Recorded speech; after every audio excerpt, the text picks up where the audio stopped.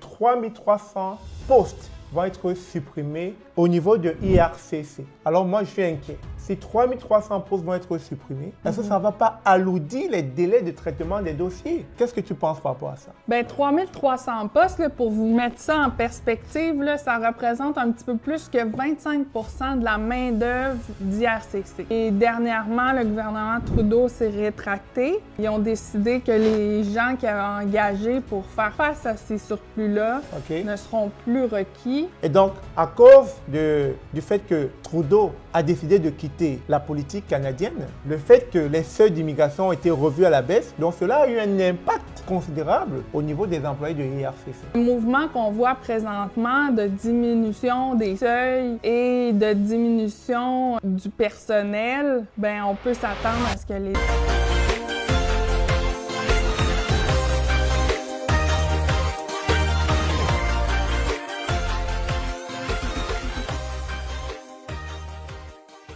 Bonjour, bonsoir. Bienvenue sur la chaîne de l'immigration et de l'entrepreneuriat. Si c'est la première fois que tu arrives sur cette chaîne, mon nom est Stéphane Chouapi. Ici, nous parlons d'immigration, d'intégration et d'entrepreneuriat parce que nous sommes certains que ce sont des informations qui vous permettront non seulement d'immigrer au Canada, mais surtout de prendre votre place ici à travers l'entrepreneuriat. Alors, aujourd'hui, nous recevons une fois de plus, on la présente plus sur la chaîne, elle est une habituelle de la chaîne. Geneviève, ça va? Bonjour. Bonjour Stéphane. Comment vas-tu? Très bien, et toi? Ça va, super bien.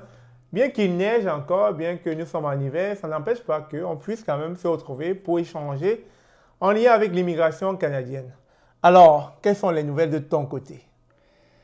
Bien, les nouvelles sont riches, Stéphane. Il y a beaucoup qui se passe sur le fil d'actualité. Tout à fait. Tout à fait. On pense notamment à IRCC qui parle de mettre des règlements plus sévères pour les consultants en immigration. Tout à fait, tout à fait. Des pénalités. Et ça ne va pas vous affecter, j'espère, parce que ces pénalités ou bien ces règles-là, j'espère que ça ne va pas venir à affecter votre emploi.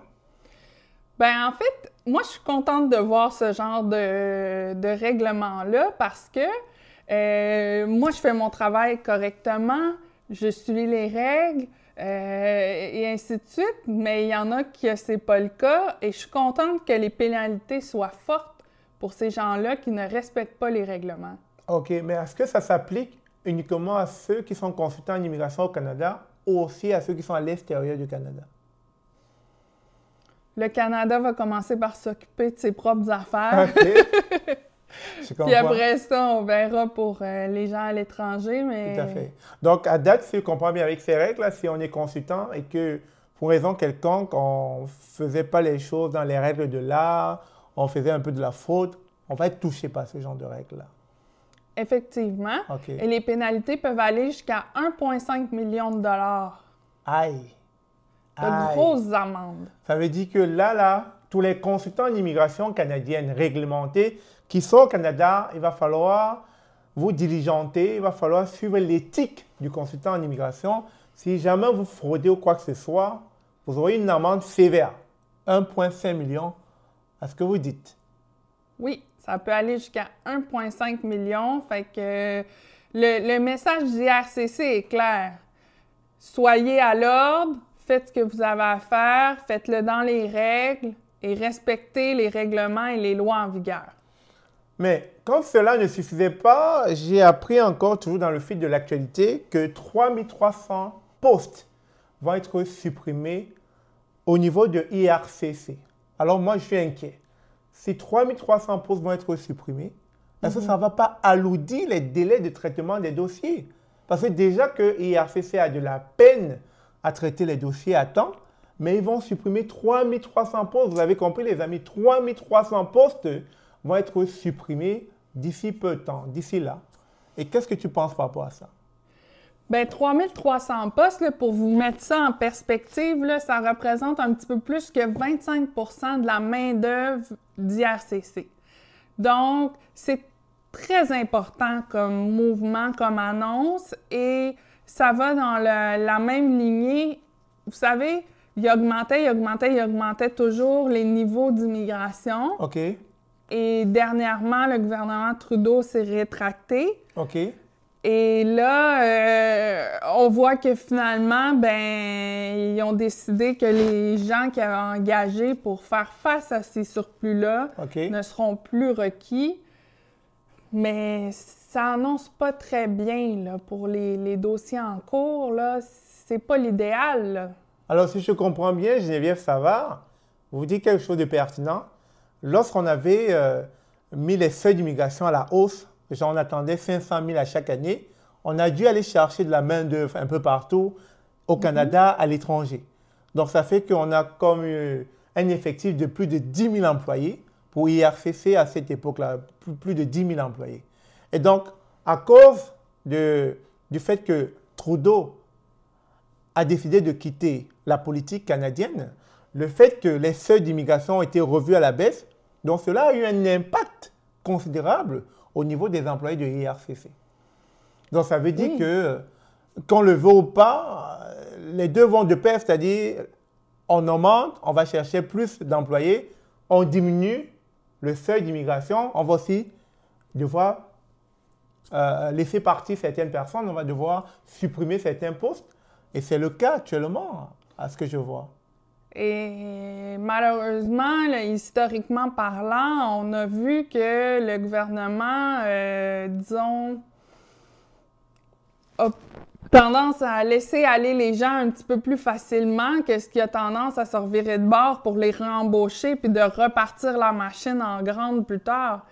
Donc, le mouvement qu'on voit présentement de diminution des seuils et de diminution du personnel, ben on peut s'attendre à ce que les délais rallongent. Tout à fait. Moi, alors je pense qu'on le constate déjà sur le terrain. Moi, je pense que c'est une des premières conséquences. Les délais vont s'allonger. Les délais vont s'alourdir. Parce qu'on ne comprend pas déjà que pour traiter un visa de visiteur, que ça prenne quasiment 6 à 1 an, et dit qu'on va supprimer des emplois, 3300 postes, ben, j'ai bien peur que ça ne va pas s'arrêter demain en termes de délai de traitement. Ça va prendre beaucoup plus de temps.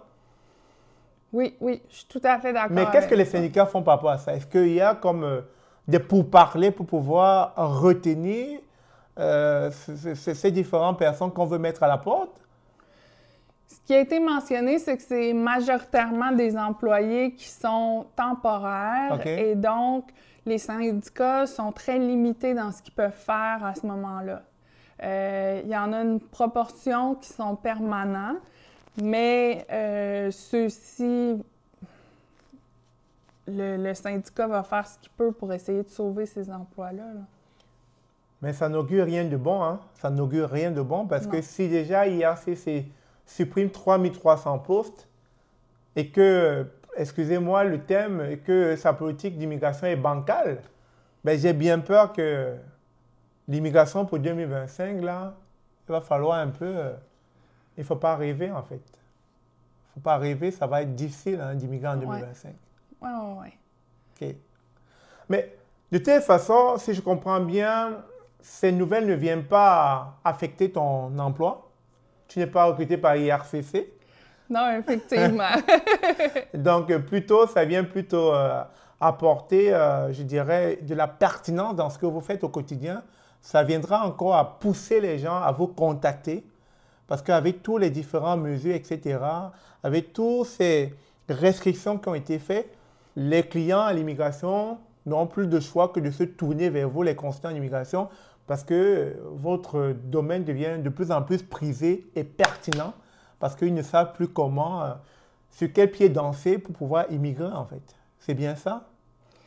Ben, j'aurais pas souhaité cette situation-là, mais maintenant qu'elle est là, c'est sûr que nous, les consultants, avons une connaissance précise, une expertise de la situation, du terrain. On cherche à le communiquer avec nos vidéos YouTube, hein, Stéphane? Tout à fait. Mais il y a aussi une situation qui peut s'adapter à chacun des cas, à chacune des personnes. Et là, on peut faire une stratégie d'immigration ensemble qui devient intéressante. Tout à fait. En tout cas, je retiens que 3300 emplois à IRCC vont être supprimés. Je retiens aussi que les consultants en immigration ne seront pas affectés par la suppression de ces postes. Mais par contre, je retiens que les consultants en immigration seront très sollicités dans les prochains jours parce qu'à cause de toutes les réformes, toutes les restrictions en immigration, vous, chers candidats à l'immigration, vous n'aurez plus de choix que de passer par eux parce que dans ce méli-mélo en lien avec le système d'immigration, ça devient complexe. Le fait de soi-même devient encore très compliqué. Il est bon de se tourner vers des consultants en immigration si vous ne voulez pas faire d'erreur, mais surtout si vous ne voulez pas vous faire recaler parce que vous aurez peut-être oublié une information très importante dans votre dossier d'immigration. Sinon, on va devoir se laisser là. Est-ce que tu avais quelque chose à dire par rapport à ces actualités? Écoutez, c'est inattendu, mais en même temps, c'est important de suivre l'actualité, toujours de suivre le fil d'actualité si vous avez l'intention d'immigrer au Canada, parce que ça bouge beaucoup et ça bouge rapidement ces temps-ci. Merci Geneviève Savard, une nouvelle fois. Ce fut un plaisir de t'avoir sur nos plateaux. On se dit à très bientôt pour d'autres actualités, pour d'autres informations en lien avec l'immigration canadienne. Merci. Au revoir.